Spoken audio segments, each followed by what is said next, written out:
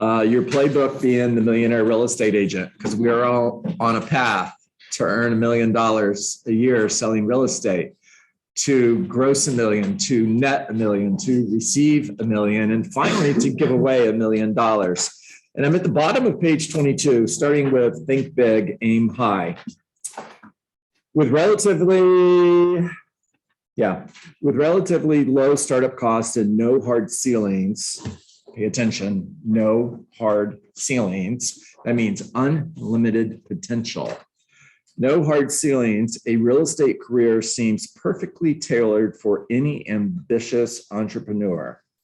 In this industry, your limits are truly self-defined. Pay attention. Your limits are self-defined. Nobody's putting a lid on your potential other than you. Your approach, your ability, and your willingness to do the work of real estate sales. What is that? Well, what is work? We've shared that on every single call, well, mostly every call for 2 years now, and you should have that memorized. To do the work of real estate sales will be the greatest determining factors for your success. In his book, The Aladdin Factor, Mark Victor Hansen teaches us that in life, the size of our answers is determined by the size of our questions. Wow. Now, just write a note because I want you to hear my take on this. People settle for less than they are capable of because they are asking the wrong questions. People settle for less than they are capable of because they're asking the wrong questions. In other words, rather than ask, how do I get from here to here, where I want to be, rather than ask, how do I overcome these objections? How do I overcome these obstacles that are standing between me and the goal? Instead of asking those questions, we'll ask things like, how do I keep more of my money? How can I pay the broker less? Where can I go that's going to give me a better split? And that's just an example. It's not the only example. And what's interesting is every single one of those individuals that I've had that conversation with, one of the questions that I've asked them was, tell me what your goals were when you got in the business. Where did you see yourself? What does success look like to you? And if you were hitting those goals, if you were living that life, would we still be having this conversation? The answer is always no, we wouldn't be. Ask bigger questions. Think bigger. Now, I'm going to take you through a coaching exercise. And I'm not going to tell you what the model is. I'm not going to tell you what I'm doing until we're finished. But I want to take you through a conversation. And here's what I'm going to be asking, okay? For the person who volunteers to be my role play partner. We're going to start with, tell me what's working. What's going well? What does your business look like currently? How many homes have you sold in the last 12 months? Those are going to be a couple of the questions that I ask you. And you can role play this, which means you can make it up too. It doesn't have to be real. I'm looking for a role play partner. Now, Diane? Mm-hmm. Okay. So tell me what's going well. What's going well? It are the leads I'm getting from my sphere of influence. Okay. What's that look like? Elaborate, please. How many leads do you currently have? I have 8 solid hot leads. 8 solid hot leads? Yeah. Awesome.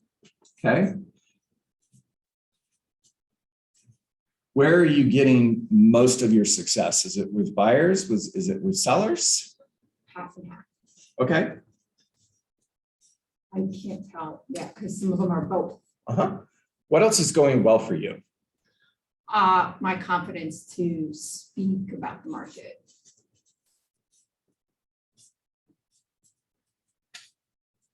Okay.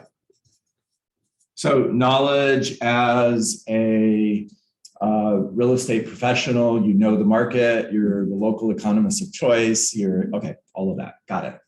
And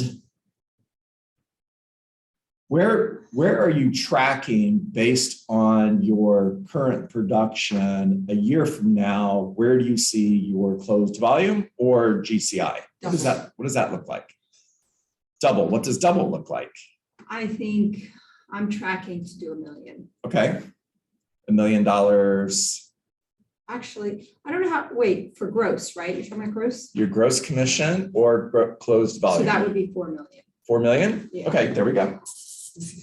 So $4 million at an average of 3% is earning 120,000 GCI. Does that sound right? Yeah. Very cool.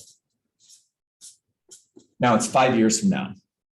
Mhm. And we're having a conversation and I ask you, Diane, how are you doing? And your answer is amazing. Mhm. We're high-fiving. It's a celebration, right?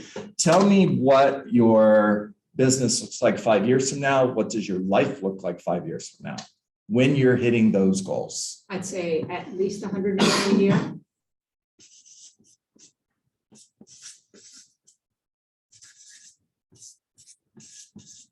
Okay. So 100 million in closed volume. Yeah. Okay. And That's exciting. thanks. Okay. So 100 million times 3%. Somebody give me the GCI on that. I think it's going to be $3 million, guys, but Yeah. let's be Yeah. exact. 3 million GCI. All right. Now, Diane, are you following the model of the millionaire real estate agent?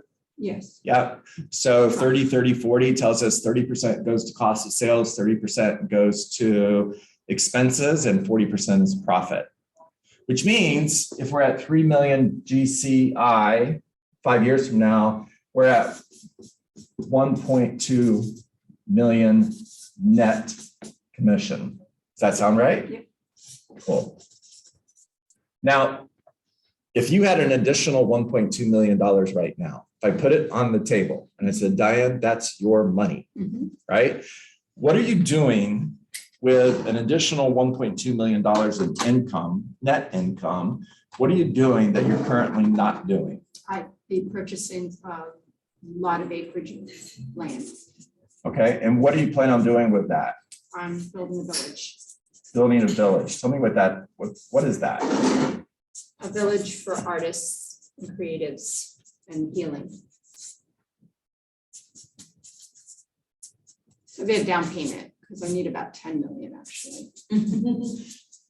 So you've built this village, you're working with artists, you're helping them.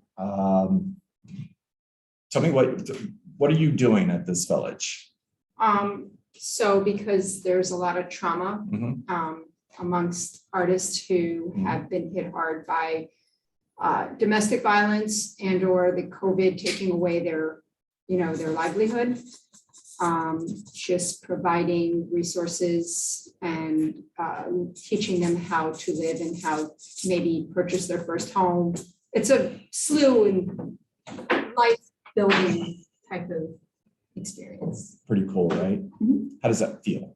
Great, that's what I want. Yeah. Big Y. Yeah, big Y. Mhm. Now, what's interesting is, Diane, all of us, me included, all of us want to go straight from here to here. Yeah. Right? And the problem with that is, in order to get here, we need to look at what are the obstacles? Mhm. Spell obstacles. OBSTA. You got it. Yeah, that's what I thought. What are the obstacles between where you are and where you want to be 5 years from now? What's standing in your way? I mean, it's a good thing, but family commitments, like scheduling. I have a lot of kids. Can I say time? Yeah, time. Okay. What else? Money Money to do. to build what I want without, feeling the pressure. Okay. Let's focus on your business. Okay. What needs to happen in order for you to get at $100 million in Focus. sales that you currently don't have? Focus. Okay. Can I go back to time? Yeah.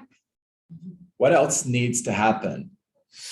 I mean, obviously lead generation, Mhm. you know, so my time blocking and being very strategic about who I want to talk to and creating my 20% because I'm learning now what I need to do. Okay, so what I'm hearing you say is in order to get to $100 million in closed volume, I need a better lead generation model in order to find buyers and sellers that are going to work with me. Yeah, I also need help. To find help. Yeah, like somebody who can do all the other stuff that I can't, like just the other stuff, the administrative stuff. Okay, so what I'm hearing is I'm hearing leverage, I'm hearing systems, models, and tools. I'm hearing better lead generation models. All of these things currently don't exist in your world today, correct? I have a cyber background. Okay. And it's helping me a little bit, but now I need someone on the ground. At the level that you're going to need, we need better systems, we need better tools, we need better models, training, and we need leverage in order to be able to get here. Correct? Yep. And here's the thing. If we don't eliminate all of these, we don't end up here, we end up here, which is 5 years from now. This hasn't happened, you're exactly where you are today. Yeah, How does that feel? not good. Is it painful? It already is. Some scale of 1 to 10, with 1 being not so motivated and 10 being, I am really motivated to get here. Where are you? 43. Okay. Now, if I could show you a way to remove these obstacles, if I could show you a class that Keller Williams has to offer or training that we can work on in order for you to be able to remove these obstacles. If I were to partner with you and help you remove these obstacles, would you want my help? Yeah. Right? Now, if you said no, I'm good, John, I'm staying where I'm at, I don't need to change companies, or I don't need your help. What I'm doing right now is good. I don't need your help. Correct? 5 years from now, are you going to be here? Or are you going to be here? Here. Yeah. Pain. Right? And how do you feel about that? It's not a good feeling at all. Right? Because I have other people counting on it. Okay. All right. Anybody know what this model's called? I can't remember. Open your damn eyes model. Okay, so what it is, it's open your damn eyes model. Okay, we'll go with that one. You're so close, Desiree. So it's 4-quadrant conversation, and it's a 4-quadrant conversation based on present positive, Yeah. future positive, present negative, and future negative. And all of us want to go straight from present positive to future positive. We don't want to acknowledge this box down here. We also don't want to acknowledge that we're going to have to make a change in what we're doing in order to get here. In order to get to better, we first have to get to different. Now, this could be a coaching conversation with your team leader. This could be a recruiting conversation for me if I'm talking with an agent who's not with Keller Williams, right?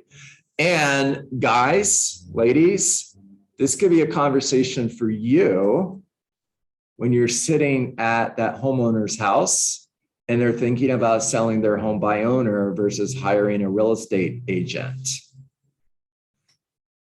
Tell me what's going well. Well, the market's hot. Houses are selling fast. They're selling for top dollar. There's lots of offers being made. Cool. And when your home sells, where are you moving to? Why do you want to move there? What does that do for you? You're painting a future positive picture. And the better you paint this, the more positive the outcome will be. See, here's what I'm using. Logic makes us think, emotion makes us act. Is pain emotional. Yeah. Yeah, park on pain. Now, let's talk about the obstacles, because we can't go straight from here to here. We have to look at what our obstacles are. In other words, are you attracting the best buyers? What does a great buyer look like? You know that script. And if you're not attracting that buyer, who are you attracting? Desiree, are you having anybody who's asking you, guys, if you could hit mute, there's some background noise, that would be great.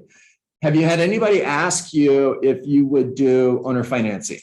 Have you had anybody ask you if you would do a lease purchase? Well, here's the reason why. You're attracting people who can't get a mortgage.